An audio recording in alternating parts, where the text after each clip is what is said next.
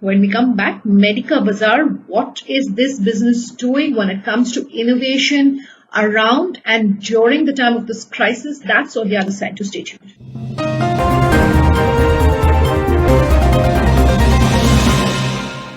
Welcome back with us here in Leaders of Tomorrow. All of this week, we're continuing to focus on India's most innovative small businesses. What are they doing when it comes to responding really to the pandemic, and how are they innovating? All of that, all of this week. In the hot seat tonight is Medica Bazaar.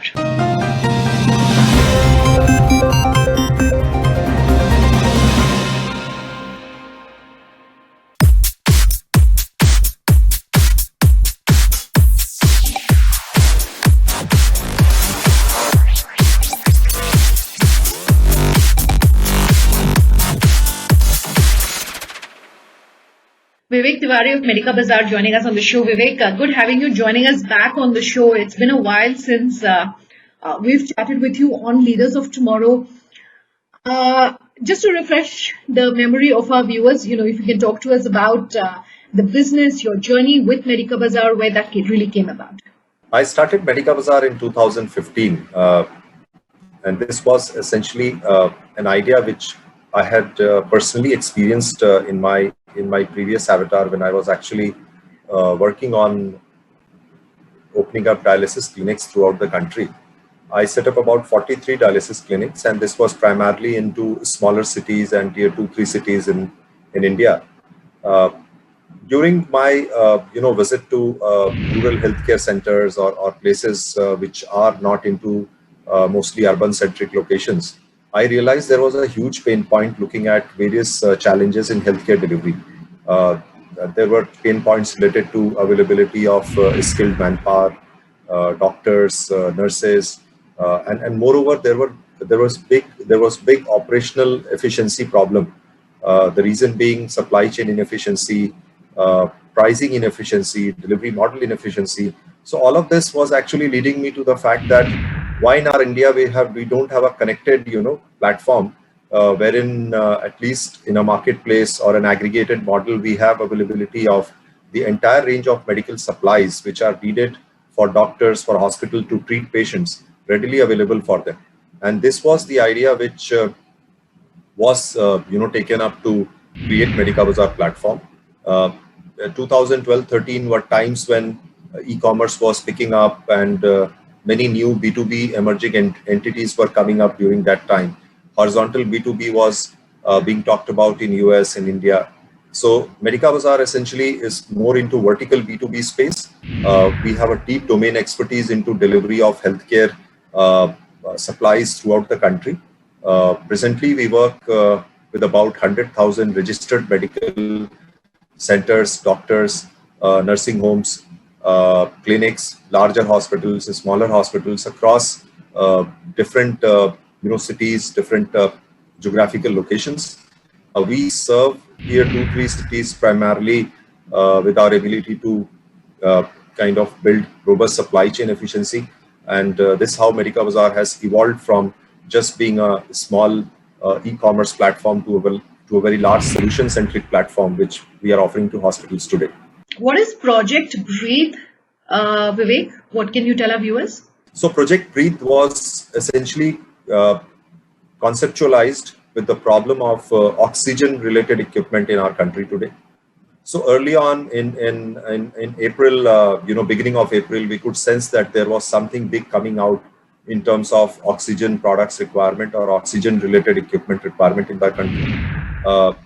There were many hospitals suddenly asking us for supply of concentrators, cylinders, different kind of oxygen-related equipment. Even few people were asking for oxygen plants, which are very complicated, kind of setup in nature. And this was the idea to create a very strong, synergy between the requirement at that point in time and to create a project which was essentially meant to enable oxygen supplies throughout the country, whether it was in the form of a small, concentrator supply to any challenging areas, or whether it was in the form of cylinder supplies to them, or whether it was in the form of oxygen plant setup. So we were kind of trying to help in the best possible given effort and scenarios which we could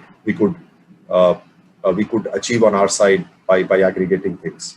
So give us a sense of, the healthcare space and how much it's really changed. One, before the pandemic, two, now, post the pandemic and the changes that we're seeing with the second wave, the third wave, etc. What are the biggest changes really that you, as someone who's so closely associated with the space, is seeing? This is something which has seen a massive shift than what it was earlier.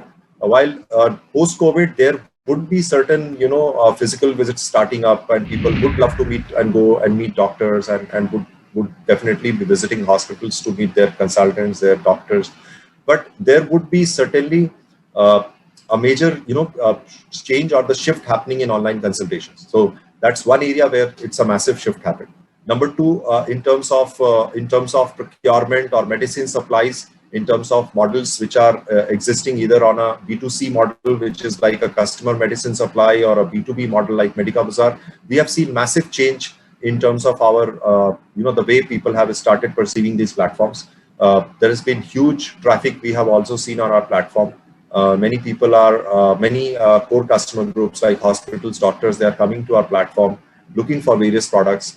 The call at our call centers have increased manyfold. People are just inquiring about various products. So obviously there is a huge shift which has happened into online way of procurement, whether it is from a patient perspective, whether it is from a caregiver perspective, whether it is from a hospital perspective. A lot of change has happened. What we have seen is also from different emerging health tech areas like AI ML based health tech opportunities which are coming up, like disease pattern. A lot of disease pattern related simulation tools have come forward. So these kind of related health tech opportunities are the way forward. These are the future kind of ready healthcare opportunities which are coming up. And apart from it, there are other health tech platforms which are into fitness space, which are into different kind of wellness space. They are also seeing a massive change happening. So I think with this pandemic, overall health tech has gained a massive push from the people, and there is a momentum which is building up, and this will definitely be very good for the entire healthcare sector largely. Could you talk to us then about what some of the things that are on your radar are looking like? So we have seen a massive growth in the way we perceive this platform to be for last 6 years. In fact, we are working on this idea to make it a great success, and we have seen a great opportunity in hand for us. While the economy is booming again, and there are starting next quarter, we strongly believe that there will be a lot to focus on medical infrastructure ramp up.